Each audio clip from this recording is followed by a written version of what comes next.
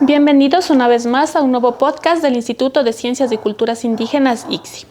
En esta ocasión contamos con la presencia del compañero Luis Maldonado.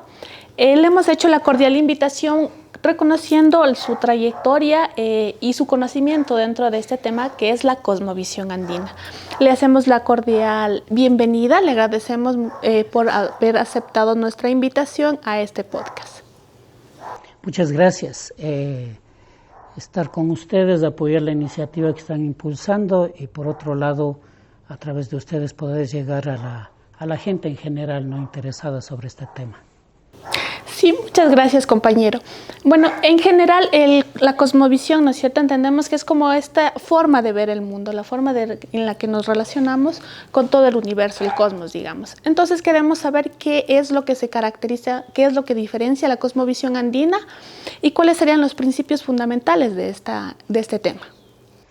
Bueno, cuando hablamos de la cosmovisión estamos haciendo referencia a un término griego y latino, ¿no? Que quiere decir orden, fundamentalmente en griego, y luego en el latino quiere decir universo, ¿no? El orden del universo. En esa medida, cuando hablamos de cosmovisión, estamos hablando de los principios que posibilitan entender el orden de las cosas, ¿no? Entonces, obviamente, cuando hablamos de la cosmovisión andina, estamos hablando de esta visión que tienen los pueblos que han construido históricamente para comprender, ¿no es cierto?, con un principio ordenador, lo que es la realidad, lo que es el mundo, lo que es el cosmos, como se entiende como universo, ¿no es cierto? Aunque luego veremos que en realidad para los pueblos indígenas el universo no corresponde a su cosmovisión. Ya, gracias. ¿Y cuáles serían estos principios fundamentales que se rigen dentro de la cosmovisión andina? Bueno, hay dentro de la cosmovisión andina yo diría que hay varios principios importantes. El primero que me parece importante es relacionarlo con la idea de lo comunitario, con la comunidad. Esta es una característica fundamental con respecto a la visión judeo-cristiana europea, ¿no?, que básicamente se sustenta en la idea, en cambio, de la individualidad. Diríamos que son como dos paradigmas importantes que se han desarrollado históricamente. En Occidente, ¿no es cierto?, judeo-cristiano, la idea de la individualidad, y en el mundo andino la comunidad. Ahora, ¿de dónde proviene lo comunitario, esta idea de la comunidad? ¿Dónde se fundamenta? Hay varias teorías también que se han venido desarrollando.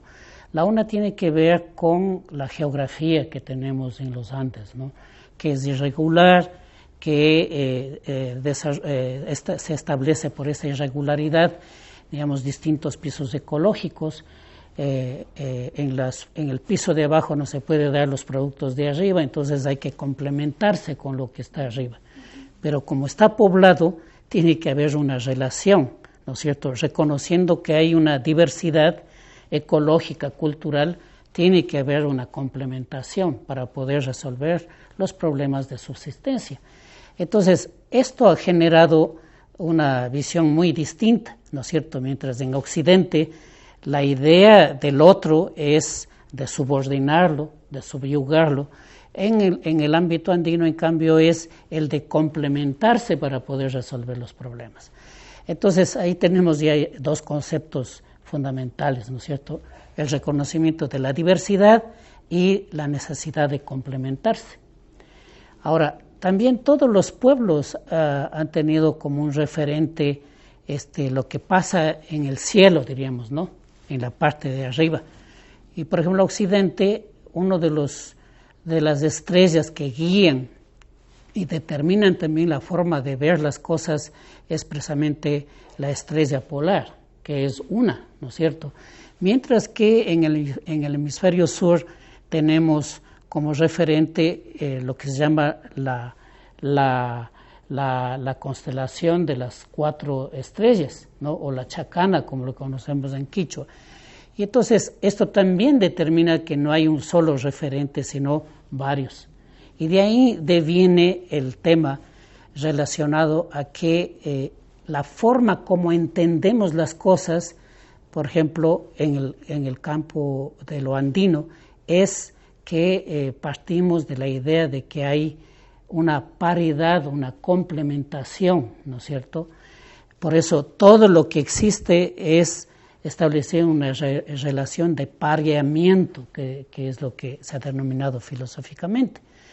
Mientras que en Occidente, en cambio, tenemos la concepción de que es la unidad a partir de la cual se emana todas las cosas. Por eso esta idea, por ejemplo, en el mito bíblico de Dios, del ser, ¿no es cierto?, de algo inmutable, perfecto, ¿no es cierto?, que no cambia, no se mueve, simplemente es la idea de Dios, ¿no?, como, digamos, único.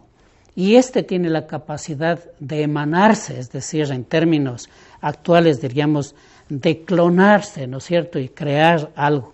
Ese es un elemento fundamental de la concepción occidental.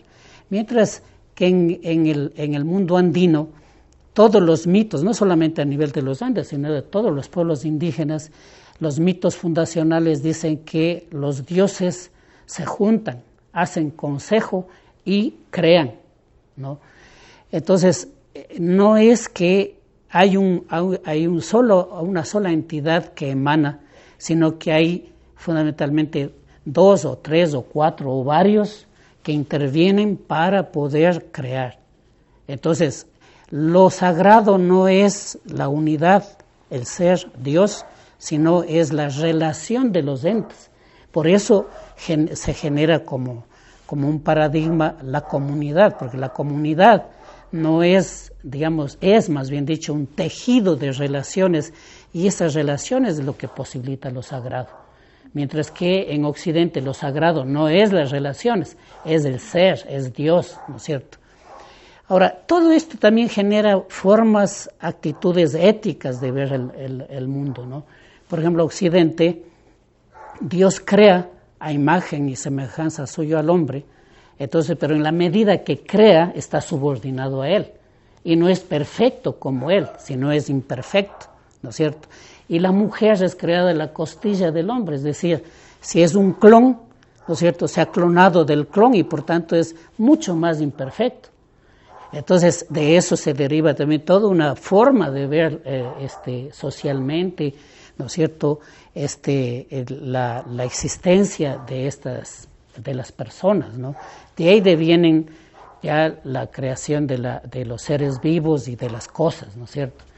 Mientras que en el mundo andino, como hay una interrelación entre las personas y también con todos los seres vivos, entonces lo que se genera es más bien una relación, digamos, entre pares, no entre, digamos, un sujeto y los objetos creados, sino entre pares, entre sujetos que interactúan, y eso genera la vida, ¿no? Esos son como elementos claves de las diferencias de estas dos culturas.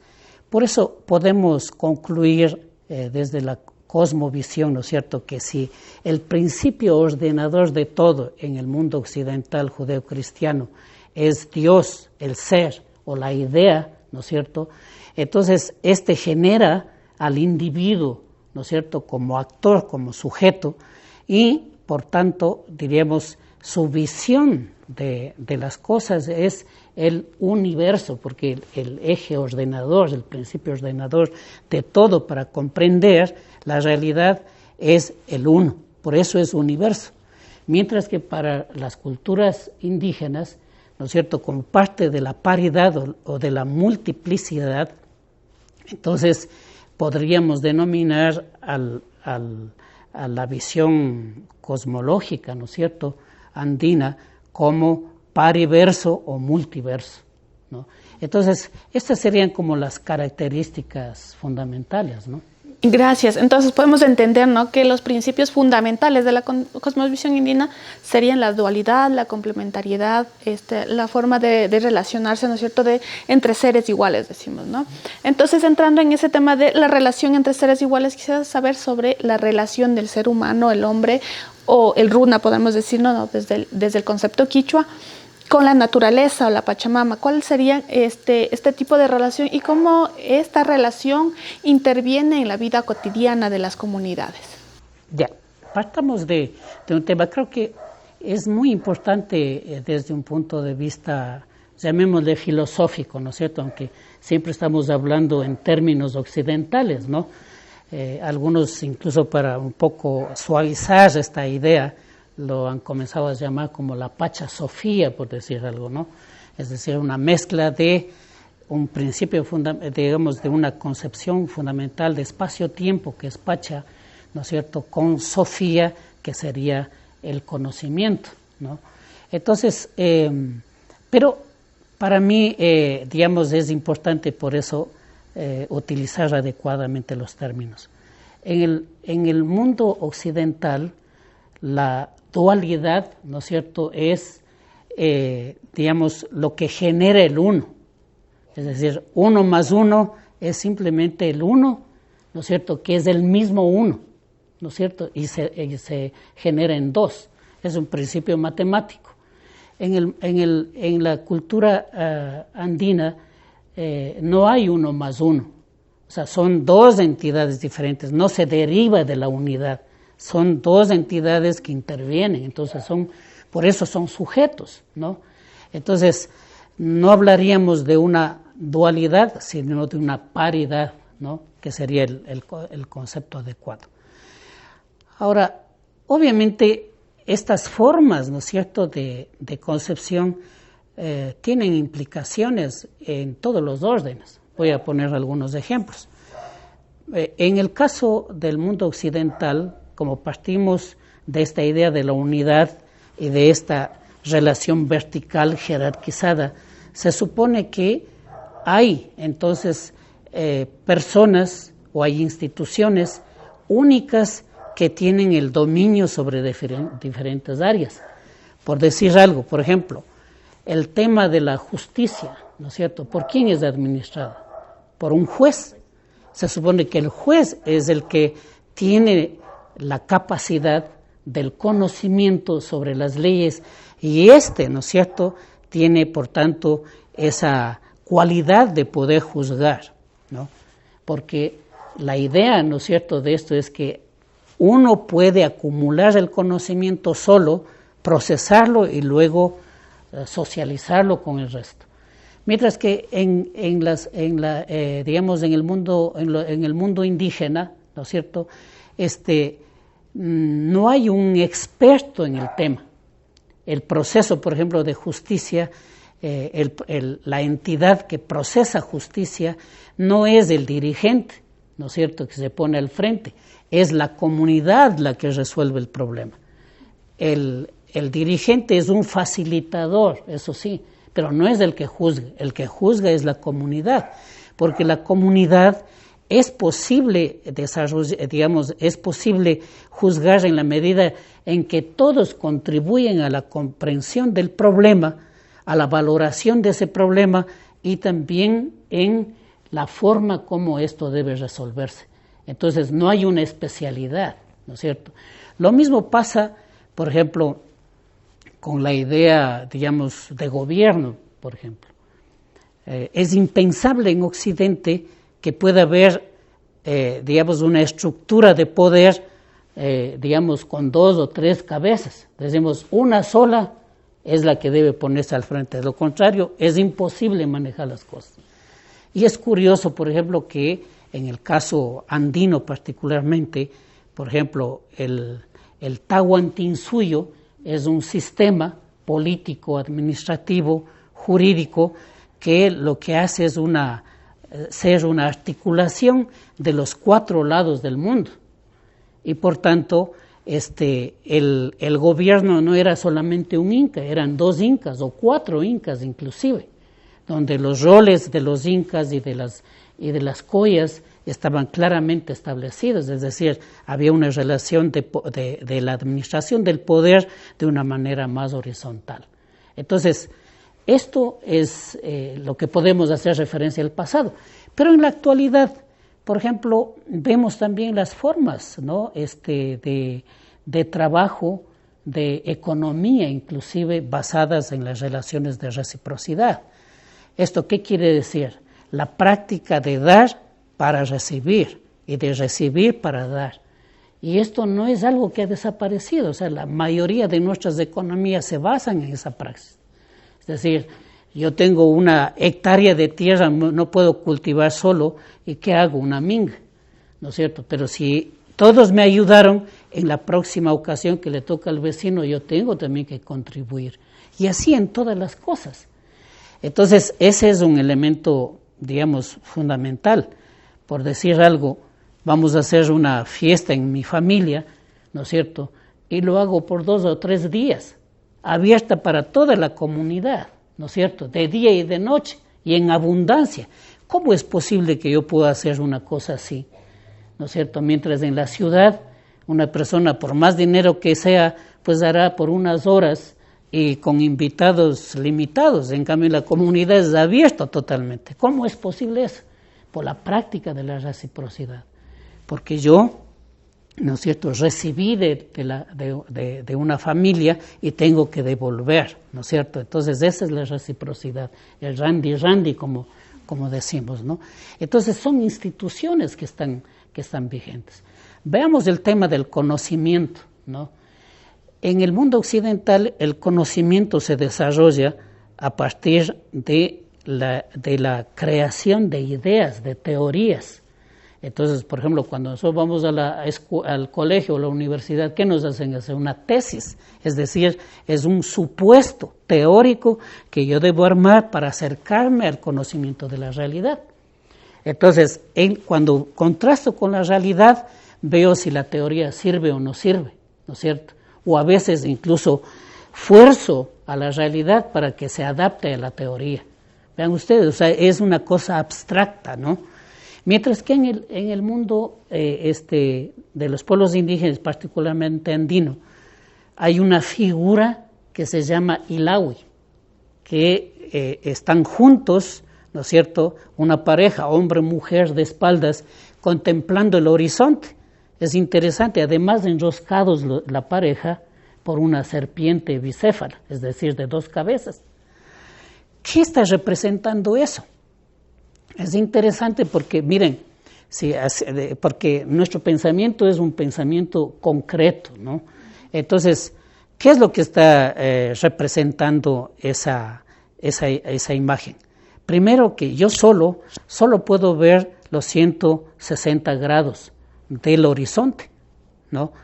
Entonces es imposible ver los 360 grados.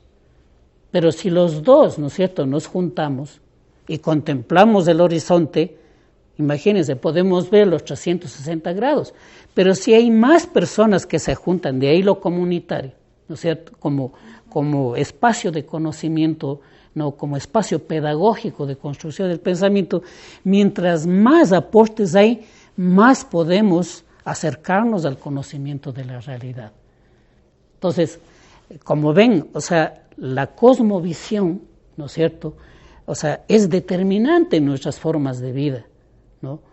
Y vean, ahora que estamos por celebrar el Inti Raymi, uno de los personajes importantes que se representa en la fiesta es el Ayauma, que se le ha llamado Diablo Uma por la cuestión más religiosa, no católica, de prohibición de ese personaje, de tergiversar lo que representa ese personaje.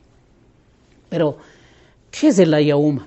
¿No es cierto? Aya es espíritu, ¿no? Y Uma, cabeza. Entonces, lo que está representando el Ayauma es, ¿no es cierto?, es de la guía, el liderazgo de los ancestros, de los espíritus, ¿no es cierto?, de nuestros ancestros que nos guían en la fiesta. pero la representación ya, ¿no es cierto?, de la, del personaje, es que tiene dos rostros, un rostro vivo y un rostro, podríamos decir, no vivo, que está en la parte de atrás, o incluso tiene también 4 rostros, porque tiene, ¿no es cierto?, a los lados también una nariz, entonces se puede representar los 4 lados. Es decir, ahí estamos repitiendo este principio de la paridad, la cuatripartición, ¿no es cierto?, como elemento de comprensión de esta relación entre los ancestros y la actualidad. Entonces, eso sería un poco digamos, cómo incide en nuestra vida cotidiana, ¿no es cierto?, la cosmovisión que sigue presente a pesar de que hacemos rituales, ¿no es cierto?, hacemos festividades, celebraciones como el Inti Raymi, pero muy poco estamos entendiendo de qué mismo es lo que estamos haciendo, qué estamos representando. Y vale compartir estos elementos que hemos tratado. Sí, muchas gracias. Entonces, para continuar con esta relación, digamos, con el presente y el pasado, también quisiera preguntarle, como estos 3 espacios que siempre hemos hablado, el Hanan Pacha, el Caipacha y el Ucupacha, ¿cuál sería como la relación, la interrelación entre estos 3 espacios? Bueno, hay un término, ¿no?, que es el Pacha, pero se utiliza, diríamos, de distintas formas, pero voy a tratar de explicar más en la concepción de espacio-tiempo, ¿no?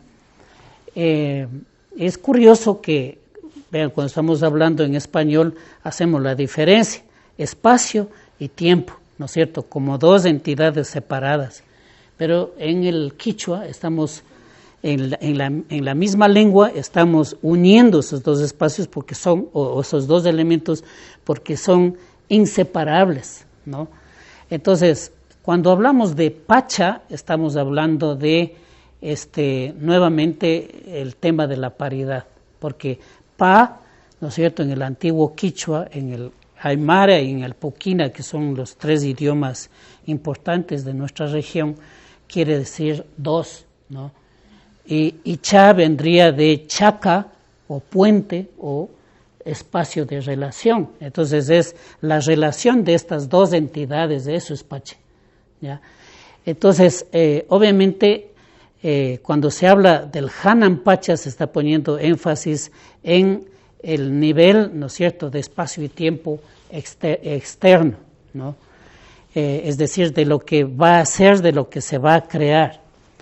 Y cuando hablamos del Ucupacha, ¿no es cierto?, estamos hablando de la tierra, de lo que está debajo de la tierra, lo que está de lo que es la tierra, ¿ya? Pero cuando estamos hablando del Caipacha, hay muchos que dicen que no hay en realidad 3 tiempos y 3 espacios, sino que la relación del tiempo y del espacio posibilita que haya un espacio intermedio, que es el Caipacha, porque es de un cambio permanente, ¿no? Y entonces el Caipacha sería un proceso transitorio de relación entre el arriba y el abajo. Entonces, en realidad lo que habría es el Hahuapacha y el Ucupacha, y el Caipacha es el espacio de interrelacionamiento, que, como ya hemos dicho anteriormente, la relación de estos 2 genera, ¿no es cierto?, la vida.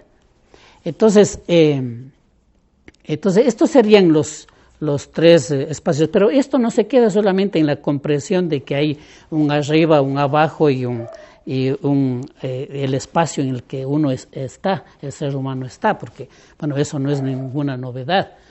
Lo interesante de esto es que a esto se aplica también, ¿no es cierto?, la noción del tiempo, no como una visión lineal como ocurre en Occidente, que hay el inicio y hay un final. En el caso del mundo andino, precisamente por esta particularidad, en el Caipacha se genera la posibilidad, ¿no es cierto?, de que cuando se recorre el espacio uno está yendo hacia adelante, que es el ñaupa, pero también ñaupa quiere decir atrás. Es decir, en la medida en que yo avanzo, ¿no es cierto?, estoy adelantándome, pero lo que me determina el futuro es lo que ha pasado en el pasado, por eso está en el presente o está adelante. Entonces, eso posibilita que haya una visión circular también del tiempo, que no es un eterno retorno como en la filosofía occidental, ¿no es cierto?, sino que son ciclos que posibilita la vida y que va también cambiando de manera permanente. Eso es una cuestión importante, por eso no estamos sobre el mismo eje, sino que vamos, ¿no?, circulando, pero avanzando también hacia un objetivo. Sí, muchas gracias. Justo me hizo acuerdo, mi abuelito siempre me decía que los que ya se fueron, ¿no es cierto?, los que se adelantaron, cuando hablamos de personas de nuestros antepasados que ya fallecieron o que se adelantaron al otro espacio, decía mi abuelito. Entonces, me hace acuerdo esto de preguntarle también sobre los mitos, las leyendas que nos cuentan precisamente estos seres tan queridos para nosotros que son los abuelitos, los taitas, las mamas, que bajo una tulpa, junto a la tulpa, ahí está pelando habitas, pelando la pepa de sambo, nos contaban, ¿no es cierto?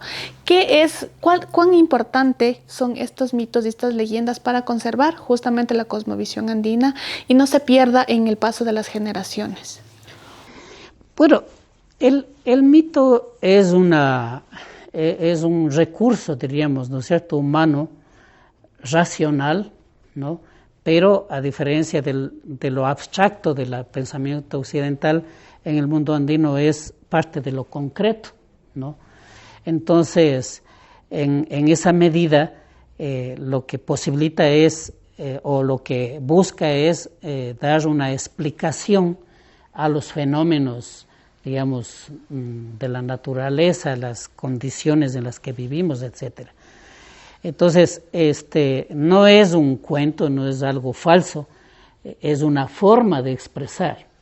Pero a diferencia de lo que ocurre en Occidente con las ideas, ¿no es cierto?, que son conceptos que se quedan como conceptos acabados, cerrados, ¿no es cierto?, el mito lo que posibilita en cambio es, precisamente porque lo que trata es de buscar un sentido, una explicación, es cambiante. Y por tanto, digamos, los mitos cambian en el tiempo de una manera permanente. No es como la teoría de la relatividad, que decimos esto es así y punto, ¿no es cierto? Y de ahí partimos como un criterio de verdad. En el mito no, es un referente que nos permite explicar algo, pero que vamos creativamente reconstruyendo un mito para las necesidades actuales. Esa es la ventaja del mito. Entonces, claro, por ejemplo, si vemos los mitos, por ejemplo, fundacionales o cosmológicos, ¿no es cierto?, de cómo se creó lo que diríamos el cosmos, el mundo, el universo, el pariverso, entonces se hace relación siempre a esta idea de la paridad. Veamos, por ejemplo, un mito relacionado a la fundación de las sociedades andinas, por ejemplo, el Tahuantinsuyo. O sea, la idea, ¿no es cierto?, es que ahí intervinieron el Pachacamac y Pachamama, ¿no es cierto?, como dos elementos fundacionales que intervienen, pero que son representados por dos personajes históricos, ¿no es cierto?, que obviamente están contemplados en el mito, pero que son históricos, que es Manco Cápac y Mama Oya, por ejemplo, ¿no es cierto?, como las parejas fundantes de una, podríamos llamarle dinastía o ayllu que, digamos, genera, ¿no es cierto?, un proceso civilizatorio. Entonces, obviamente eso es importante tener en cuenta. Si ustedes ven la historiografía tradicional, lo que da cuenta, por ejemplo, es de individuos, ¿no es cierto?, que son fundantes de una dinastía, por ejemplo, en el caso oriental o occidental, por ejemplo, por decir Carlos Magno, ¿no es cierto? Carlos Magno es un personaje, fue un rey pero él solo no hizo las cosas, pues, pero el referente es ese uno. En cambio que acá tenemos 2 personajes o 4 personajes que son los mismos que están contemplados en los mitos, como pueden ver, por ejemplo, de Manco Cápac, Mama Auglio, pero hay otros mitos también que hacen relación a los 4 hermanos y hermanas que fundaron, ¿no es cierto? Entonces, es importante ver que siempre hay una colectividad, hay una paridad que desarrollan las cosas, ¿no? Ver cómo a través de los mitos, por ejemplo, establecemos un orden también, espacial y temporal. Por ejemplo, en mi tierra, no sé en Saraguro cómo es el asunto, pero por ejemplo, el Taita Imbabura no es solamente el referente, digamos, totémico de los Otavalos, ¿no es cierto? Él solo está complementado con la Mama Cotacachi. Entonces, esto establece una división del territorio, ¿no? Que se expresa también en las comunidades de arriba, las comunidades de abajo, que se complementaban, ¿no? Entonces, ahora, bueno, eso ha ido cambiando también, pero es posible entender por qué la rivalidad, por ejemplo, entre la comunidad de Peguchi y la comunidad de Quinchuquí, por decir algo, ¿no? Eso es un referente precisamente de los mitos, ¿no? Que posibilita que haya esta rivalidad, esta confrontación, pero que posibilita a su vez, ¿no es cierto?, la posibilidad de conciliación y de creación de algo que puede surgir de ahí, ¿no es cierto?, diferente, nuevo. Entonces podemos ver todo este tipo de ordenamiento. Por ejemplo, a nivel de las plantas, hay plantas, ¿no es cierto?, que son frías, otras plantas calientes, o unas son femeninas, otras son, ¿no es cierto?, masculinos, etcétera. Todo está fragmentado, diríamos, no fragmentado, está compuesto por este par, por esta visión del par. Ahora, incluso en las curaciones, por ejemplo, si uno ve a un yachag, no sé si ustedes han estado en estas prácticas, pero el yachag, por ejemplo, a más de el canto, lo que hace es un ritual de lo que se llama la chocana, ¿no? Que es un término también castizo antiguo. Trocar quiere decir intercambiar. Pero ¿qué es lo que hace? ¿No es cierto? Las hierbas que tiene para limpiar los troca, es decir, lo hace femenino, masculino, en un ritual que posibilita que éstas se recarguen de energías que van a posibilitar limpiar, ¿no es cierto?, la energía de la persona que está en desequilibrio, ¿no? Entonces, eso es la importancia de los mitos. Comprender que esto no es, como diríamos, como una novelería, una cuestión del pasado, ¿no? El mito, los mitos, las tradiciones nos determinan lo que nosotros somos. Ahora, pongo para finalizar un ejemplo importante. La cuestión, por ejemplo, del Inti Raymi, hace unos 40, 50 años atrás, se practicaba el Inti Raymi, pero la gente no asumía esto como parte de un calendario, diríamos, ¿no es cierto?, cosmológico y agrario, ¿no?, de nuestras culturas, sino que fue subordinado totalmente por la religión católica. Entonces, ¿cuál era el nombre de la fiesta? San Juan, ¿no? Y una semana después, San Pedro, ¿no? Pero vean ustedes lo que ha ocurrido. En el momento que emerge el movimiento indígena y requiere, ¿no es cierto?, tener una base sólida en la cual sustentar que efectivamente tenemos una concepción, ¿no es cierto?, del mundo, una organización, ¿no es cierto?, del tiempo, del espacio. Entonces, tomamos estos elementos y los volvemos a reinterpretar, ¿no?, a través de un calendario que es el incásico. Ahora ustedes dirán, bueno, eso es de los incas y ¿por qué nosotros estamos celebrando? Porque obviamente fuimos parte también del incario, pues no podemos ponernos al margen del asunto. Pero lo importante es que hemos retomado, ¿no es cierto?, esas fiestas dándole una resignificación, porque lo que celebramos ahora no es lo que se celebraba hace 500 años, ha cambiado sustancialmente, porque dentro de las prácticas y rituales que se realizan está incluido también el cristianismo, están las prácticas del régimen terrateniente, ¿no es cierto?, que existía, etcétera, pero están ahí, se lo ha retomado. Entonces, me parece a mí en esa medida muy importante el tema, ¿no? Vean, ahora, igual, me acuerdo que hace unos 40 años, cuando nos tomábamos la pirámide de Puntiatzil en Cayambe, nos visitó un etnohistoriador muy famoso ahora, no, Franz Salomon, y él nos decía, oiga, en todos los discursos que yo he escuchado de ustedes hacen referencia a los incas, ustedes no son incas. ¿Qué pasó? Ustedes deberían conocer su propia historia, como Otavalos, Caranquis, Quitucaras. ¿Qué pasó? No teníamos conocimiento. O sea, con decirles, yo mismo cuando me integré al movimiento indígena, o impulsamos el movimiento indígena, yo no sabía que había más indígenas que los Otavalos. O sea, cuando me integré al asunto, entendí que había varios pueblos, varias culturas y varias visiones de la historia, etcétera, etcétera, ¿no?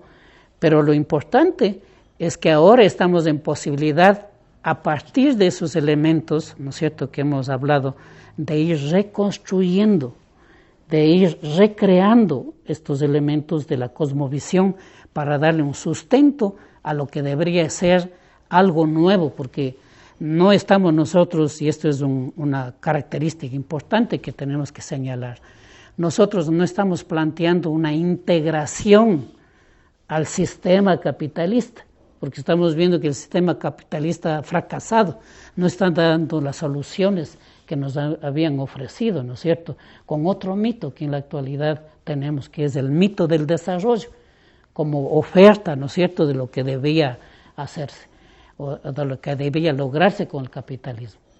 Pero ahora, por ejemplo, tenemos un reto, porque todos los filósofos, los intelectuales a nivel mundial frente a la crisis que tenemos integral, ¿qué es lo que están planteando?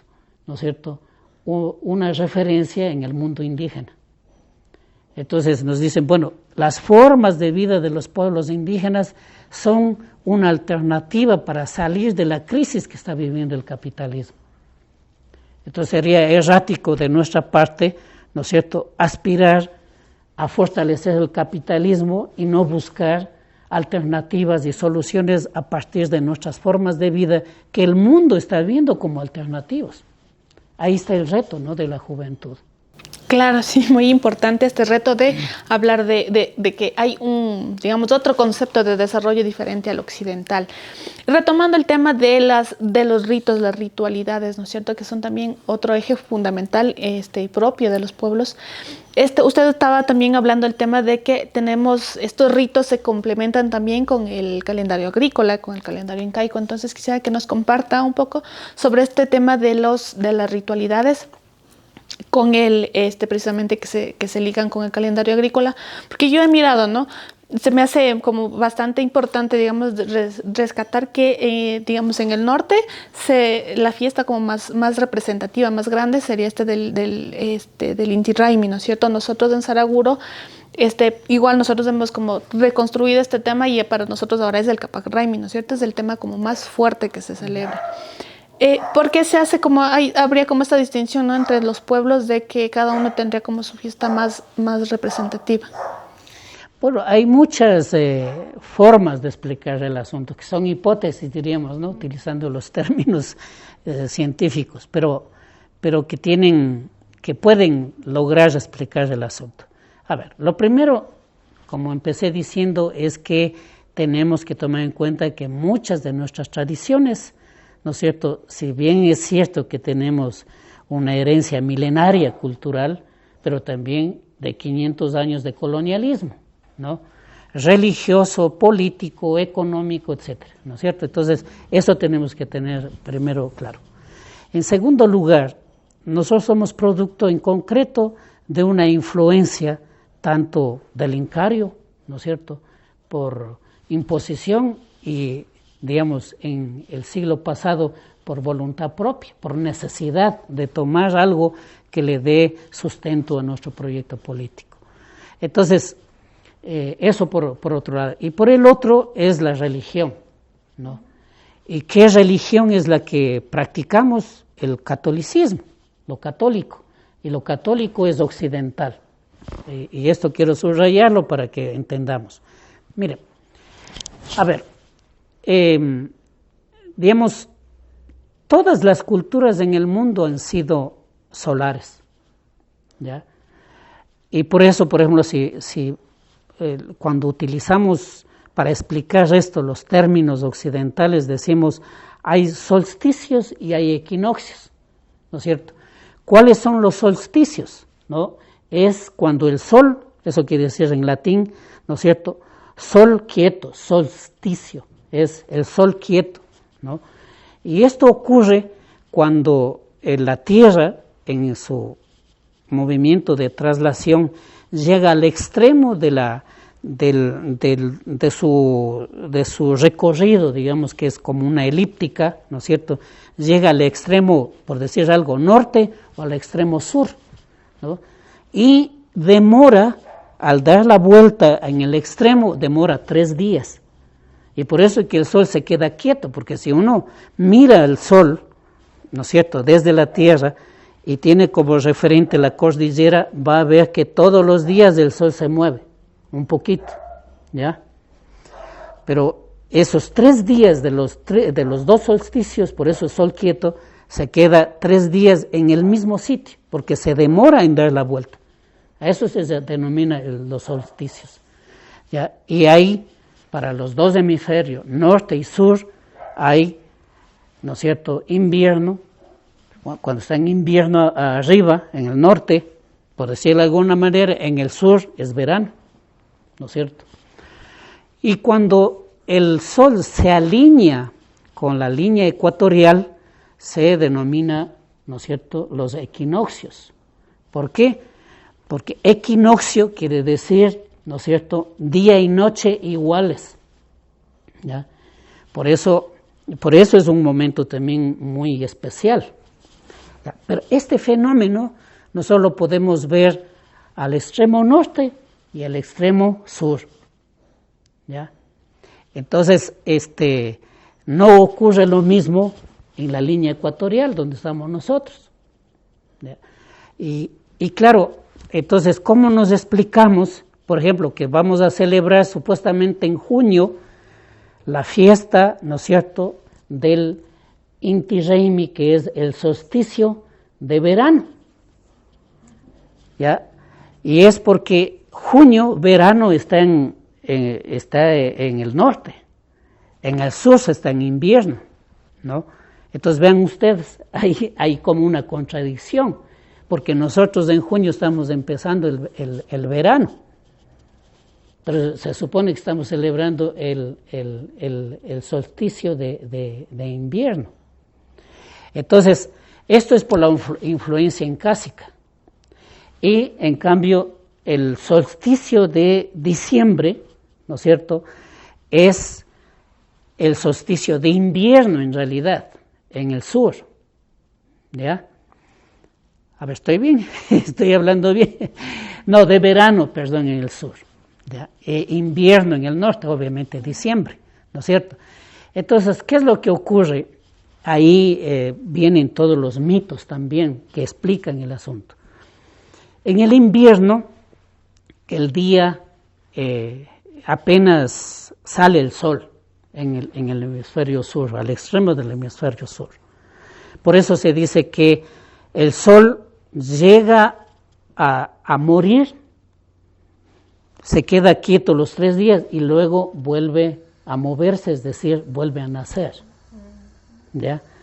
Y de ahí viene, por ejemplo, de esa constatación se establece un mito, pues. El sol muere y renace. Y de ahí toma el cristianismo ese mito, ¿no es cierto?, solar, y ponen en el mes de diciembre, ¿no es cierto?, el nacimiento de Jesús, porque no hay fecha de nacimiento de Jesús, no se sabe incluso si existió mismo o no, inclusive, ¿no es cierto? Pero se le pone por esa fecha. ¿Por qué? Porque en ese momento, del 21 al 25, ¿no es cierto?, en ese lapso, el sol ha llegado al extremo y se demora 3 días. Y vuelve el sol a nacer. Entonces, ¿qué es lo que estamos celebrando entonces? ¿No es cierto? La fecha del solsticio de invierno, donde el sol muere y renace. ¿Ya? Pero eso pasa en el norte. Pero como es de influencia del catolicismo que tomó esa fecha, ustedes celebran, ¿no es cierto?, en realidad la fiesta del niño, ¿ya?, que es la tradición judeo-cristiana, no judeo-cristiana, cristiana propiamente, ¿ya? Mientras que en el sur es el solsticio de verano, porque en diciembre es verano en el hemisferio sur. Por eso se llama Kapak Reimi, ¿ya? Es decir, cuando el sol está en el cenit, en su máximo esplendor. Entonces ahí no están celebrando a un niño, pues están celebrando al sol, ¿no es cierto?, en su máxima potencia. En latín le decían el sol al sol, esa fiesta, la fiesta del sol invicto, ¿no? Porque era el sol triunfante, el sol en su máximo poder. Entonces ve, hay una contradicción, ¿no es cierto? Pero eso se debe a esa influencia, ¿no? Y obviamente para ustedes fuerte, porque ustedes además son mitimaes, que vinieron del Perú. Entonces, es eso. Ahora, en Imbabura, ¿por qué nosotros celebramos el Inti Raymi? ¿No es cierto? Si nosotros estamos en la línea ecuatorial, y eso es también influencia incásica, porque fue tan importante Otavalo, que fue una encomienda, ¿no es cierto?, fue una encomienda real, era una encomienda del rey, ¿ya? Y anteriormente también fue posesión directa incásica, ¿no? Tanto que llevaron funcionarios, ¿no es cierto?, para establecerse en el norte. Entonces, obviamente, esa influencia está vigente. Pero aquí en el centro, nosotros la única diferencia que tenemos es verano e invierno. ¿Y por qué? Porque hay sol, ¿no es cierto?, es decir, temporada seca y temporada de invierno. Nosotros no vemos, ¿no es cierto?, no tenemos idea de lo que es, digamos, invierno, ¿no es cierto?, otoño, verano, primavera, ¿no es cierto? No tenemos esa experiencia. En los dos hemisferios, al extremo, sí. Entonces, ¿cuál era el fenómeno que nosotros veíamos, digamos, cosmológico? Es el 21 de marzo, en el que el Sol se alinea con la línea equinoccial. Y lo que podemos observar, ¿no es cierto?, es en el Intihuatana que no hay sombra. Y entonces, por eso es tan importante esta fiesta, ¿no es cierto?, que se unió o la Iglesia forzó a que se una con la fiesta de carnaval europeo, ¿ya? Entonces no celebramos el 21 de marzo, sino que se une a la fiesta de carnaval. Y si ustedes ven, casi la mayoría del territorio andino, ¿no es cierto?, ecuatoriano, la principal fiesta es carnaval. Solo los cayambis y los otavalos, ¿no?, y los caranquis celebramos el Inti Raymi, ¿ya? Ahora, pues esto se ha difundido tanto que creo que hasta los shuar celebran el Inti Raymi, ¿no es cierto? Sí, muchas gracias. Bueno, ya como para ir concluyendo y cerrando este espacio, ¿cuál sería su mensaje para que nosotros podamos, la tarea que nos estaba dando, cuál sería esa tarea final, ¿no es cierto?, de cómo conservar toda esta riqueza, ¿no es cierto?, de los mitos, la leyenda, la ritualidad, para que no se pierda y podamos seguir transmitiendo de generación en generación.